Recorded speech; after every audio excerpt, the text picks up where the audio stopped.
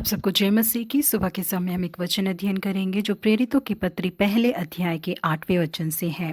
परंतु जब पवित्र आत्मा तुम पर आएगा तब तुम सामर्थ पाओगे और यरूशलेम और सारे यहूदिया और समारिया में और पृथ्वी के छोर तक मेरे गवाह होगे।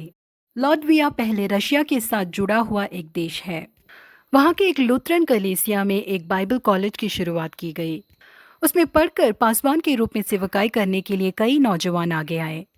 इन नौजवानों के साथ जब आमने सामने बात हुई थी तो इनसे क्या क्या सवाल पूछा गया था करके केनेथ बेली ने इनसे पूछा। उन छात्रों ने उन्हें जवाब दिया कि हमसे कई सवाल पूछे गए थे, लेकिन उनमें सबसे महत्वपूर्ण और सबसे पूछा गया सवाल एक ही था कि हम लोगों ने बपतिस्मा किस दिन लिया। जिसके लिए केनेथ बेली ने पूछा कि क्या बपतिस्मा लिया हुआ दिन इतना महत्वपूर्ण होता है। जिसके लिए उन्हें जो जवाब मिला वो कुछ इस तरह से था। अगर ये छात्र लॉटविया में रशिया का शासन होते समय बपतिस्मा पाए हुए होते तो ये लोग अपने जीवन को भी महत्व दिए बिना यीशु मसीह के लिए जीने के लिए अपने आप को अर्पण किए हुए लोग हैं। लेकिन यदि इन्होंने लॉटविया के रशिया से आज़ाद होने के बाद बपतिस्मा पाया है तो ये समर्पित सेवक नहीं बनेंगे।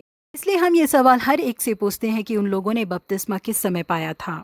प्रिय परमेश्वर के लोगों, हर एक परिस्थिति में हमें उत्साहता के साथ परमेश्वर की राह पे चलना है करके परमेश्वर हमसे चाहते हैं।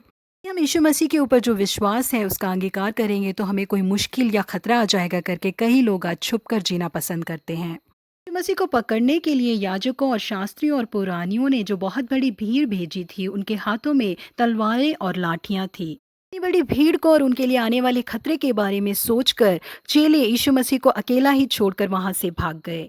जवान अपनी नंगी देह पर चादर ओढ़े हुए उसके पीछे हो लिया और लोगों ने उसे पकड़ा, पर वह चादर छोड़कर नंगा भाग गया। मैं यीशु मसीह के पीछे जाऊंगा तो मेरे जान के लिए खतरा आ जाएगा करके उस जवान ने ऐसा किया। इसी हालत में पतरस भी थे। जब उनके लिए कोई खतरा आने वाला था उस समय उन लोगों ने यीशु मसीह के पीछे नहीं चलना चाहा, बल्कि उन्हें छोड़कर वो चले गए। यही चेले जब यीशु मसीह का पुनरुत्थान हुआ और वो स्वर्ग में उठा लिए गए, इंतजार करके इन्होंने पवित्र आत्मा का सामर्थ पाया। के बाद ही उनके जीवन में यीशु मसीह के ऊपर विश्वास करने की वजह से कई सताव आए। उस समय ना ही उन्होंने यीशु मसीह का इनकार किया और ना ही वो पीछे हटे। मसीह के लिए हर एक सताव को उन्होंने अपने लिए सौभाग्य समझा। ईश्वर ने बहुत ही सामर्थ्य रूप से उन लोगों के द्वारा कार्य किया। कई लोगों ने अपना मन फिराया। हे परमेश्वर के लोगों, भले ही सुख हो या दुख हो, हमें कभी भी यीशु मसीह का इनकार नहीं करना चाहिए। हे परमेश्वर से जो पवित्र आत्मा पाया है वो उत्साहता के साथ हमें परमेश्वर की राह पर चलना सिखाए।